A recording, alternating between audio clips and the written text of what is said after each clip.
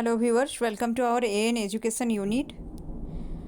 आज हम ये जो आपका शिक्षण विधि से कुछ क्वेश्चंस है इसमें और आपका ट्रांसलेशन से कुछ क्वेश्चंस है।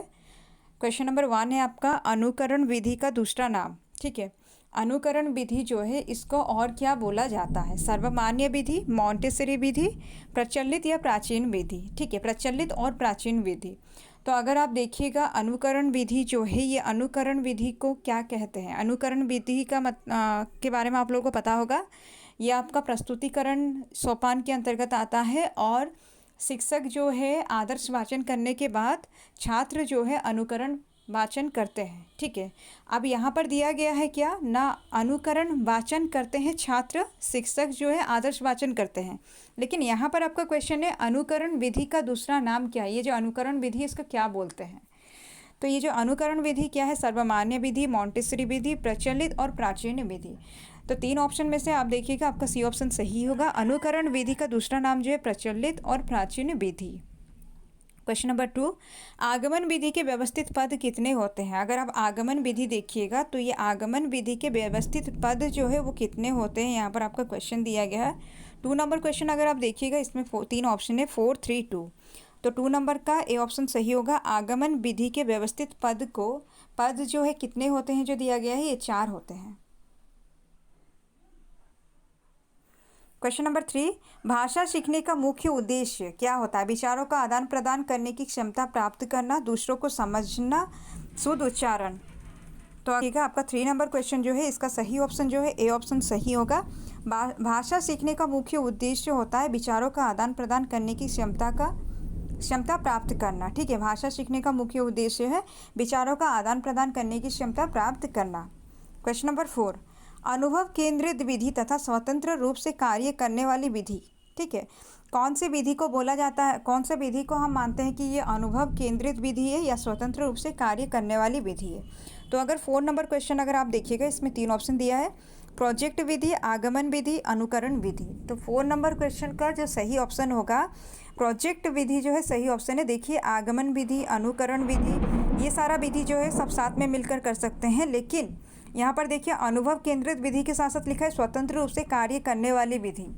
तो स्वतंत्र रूप से हम क्या करते हैं, जब हम लोगों को प्रोजेक्ट वर्क दिया जाता है वो हम इंडिविजुअली करते हैं, तो इसलिए 4 का ए ऑप्शन सही होगा।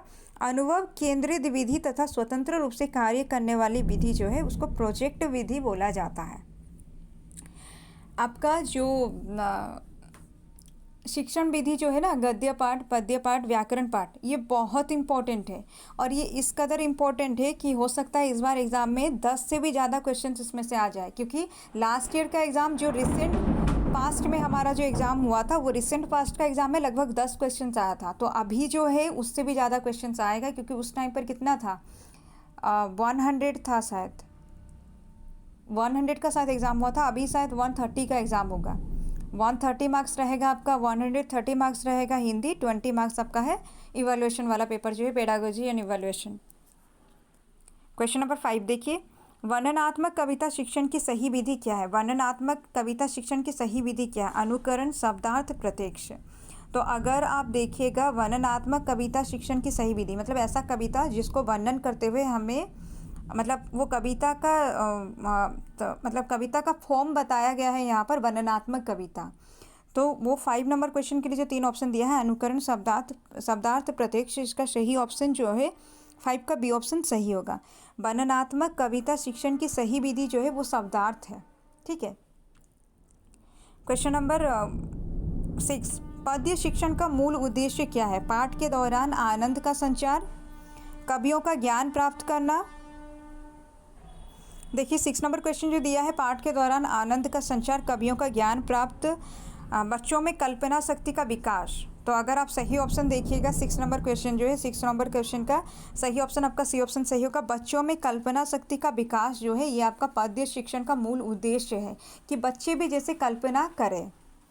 क्वेश्चन नंबर 7, व्याकरण ज्ञान का मुख्य उद्देश्य क्या है? भाषा प्रयोग में व्याकरण का ज्ञान, भाषा प्रयोग में अति शुद्धता, व्याकरणिक कार्य के लिए। तो व्याकरण ज्ञान का मुख्य उद्देश्य मतलब व्याकरण का ज्ञान होना चाहिए, ये व्याकरण ज्ञान का मुख्य उद्देश्य क्या है?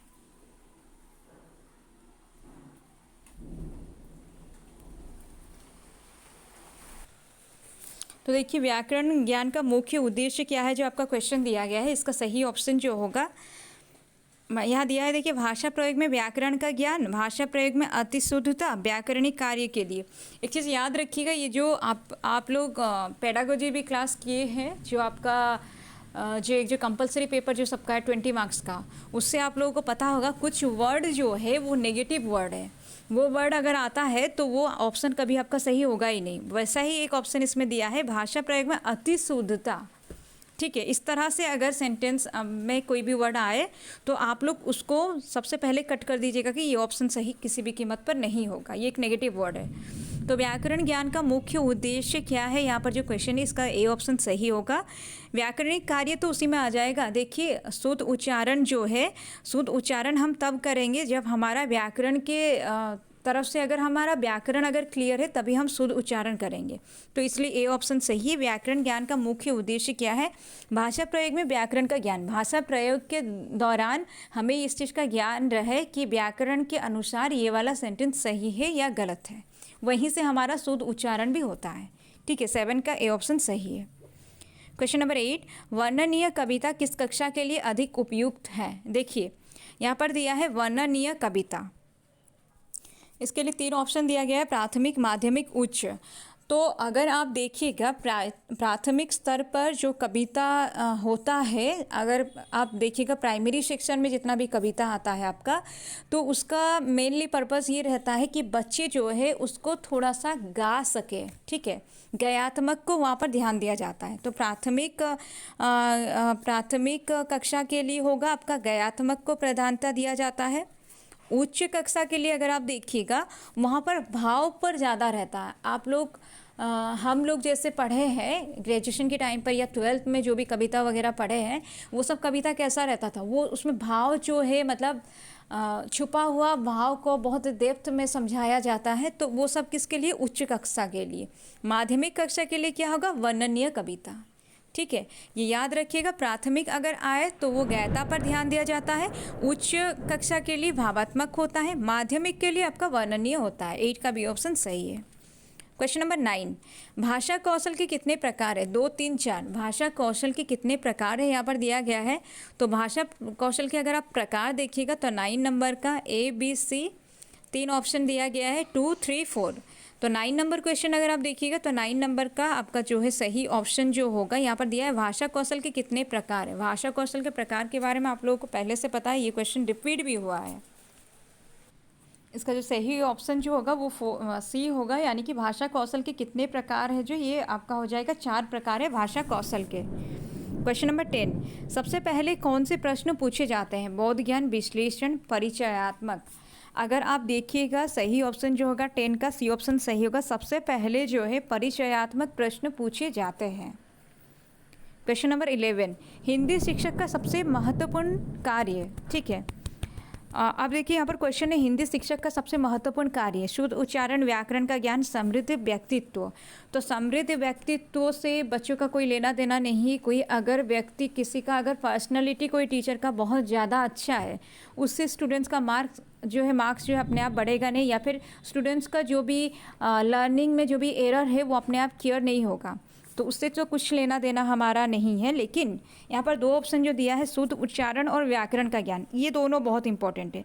अब देखिए शुद्ध उच्चारण एक में बोला गया, एक में व्याकरण का ज्ञान बोला गया। शुद्ध उच्चारण व्याकरण का ज्ञान के अंतर्गत आ जाएगा, क्योंकि ये व्याकरण से रिलेटेड है। तो अगर हमारा इसमें सबसे सही आंसर अगर कुछ होगा तो 11 का बी ऑप्शन सही है, कि हिंदी शिक्षक का सबसे महत्वपूर्ण कार्य होगा व्याकरण का ज्ञान। क्वेश्चन नंबर 12, अब देखिए यहाँ से आपका ट्रांसलेशन शुरू हुआ है। फर्स्ट क्वेश्चन आपका देखिए, भिखारी टी दुवारो आगे ठिया होइछी। ठीक है, देखिए आपका क्वेश्चन है, भिखारी टी दुवारो आगे ठिया होइछी। तो क्वेश्चन का फर्स्ट ऑप्शन जो है, भिखारी दरवाजे के पास खड़ा है, भिखारी दरवाजे पर खड़ा है, भिखारी दरवाजे के आगे खड़ा है। देखिए दुवारो आगे लिखा है, तो 12 नंबर क्वेश्चन अगर आप देखिएगा इसका जो है सी ऑप्शन सही होगा, भिखारी दरवाजे के आगे खड़ा है। ठीक है, भिखारी टी दुआरो आगे ठिया होइछी का हिंदी में ट्रांसलेशन होगा, अनुवाद होगा आपका, भिखारी दरवाजे के आगे खड़ा है। क्वेश्चन नंबर 13, एठाकू सबू पिलांकु डाको। सभी बच्चों को यहाँ बुलाओ, सभी बच्चे को बुला दो, यहाँ सारे बच्चों को बुलाओ। तो यहाँ दिया है एठाकू सबू पिलांकु डाको, सबू के लिए सभी का इस्तेमाल होगा, एठाकू के लिए यहाँ का इस्तेमाल होगा। तो अगर आप 30 नंबर क्वेश्चन देखिएगा, इसमें सही आंसर जो आपका होगा ए ऑप्शन सही होगा, सभी बच्चों को यहाँ बुलाओ। क्वेश्चन नंबर 14, वार्षिक उत्सव शिक्षा मंत्री आसबे। ठीक है, 14 का क्वेश्चन है वार्षिक उत्सव शिक्षा मंत्री आसबे। इसमें ऑप्शन है, फर्स्ट ऑप्शन है आपका मान्यवर शिक्षा मंत्री। यहाँ देखिए थोड़ा सा टाइपिंग मिस्टेक हुआ है, उसको इग्नोर कीजिएगा। मान्यवर शिक्षा मंत्री वार्षिक उत्सव में पधारेंगे, शिक्षा मंत्री वार्षिक उत्सव में आएंगे, वार्षिक उत्सव को शिक्षा मंत्री आएगा। तो सी ऑप्शन सही नहीं होगा आपका। और यहाँ पर क्वेश्चन में सिर्फ आपका दिया है वार्षिक उत्सव और शिक्षा मंत्री आसिबे, तो मान्यवर शिक्षा मंत्री तो लिखा नहीं है, तो इसलिए बी ऑप्शन सही होगा, शिक्षा मंत्री वार्षिक उत्सव में आएंगे। ठीक है, 14 का बी ऑप्शन आपका सही है। क्वेश्चन नंबर 15, आज भारी ठंडा पवन बहुची, ये तो बिल्कुल करंट सिचुएशन से रिलेटेड है। आज भारी ठंडा पवन बहुची, आपका इसका ट्रांसलेशन होगा, फर्स्ट ऑप्शन है आज काफ़ी ठंडी हवा चल रही है, आज काफ़ी ठंडा हवा चल रहा है, आज ठंडा हवा चलता है।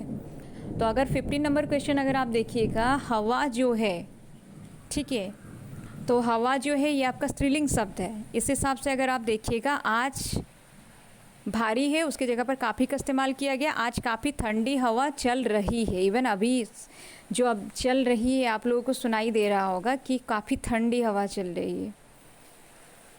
तो 15 का आपका ए ऑप्शन जो है वो सही होगा। क्वेश्चन नंबर 16, आम घर सामने गोटे डाकघर अच्छी, हमारे घर के आगे एक डाकघर है, हमारे घर के सामने एक डाकघर है, हमारे घर के पास एक डाकघर है। अगर 16 नंबर क्वेश्चन अगर आप देखिएगा, देखिए यहाँ दिया है आमो घरो सामने और यहाँ पर लिखा है हमारे घर के सामने, तो ये ऑप्शन सही होगा, 16 का बी ऑप्शन जो है सही होगा। हमारे घर के सामने एक डाकघर है, ठीक है, आमो घरो सामने गोटे डाकघर अच्छी, तो हमारे घर के सामने में एक डाकघर है।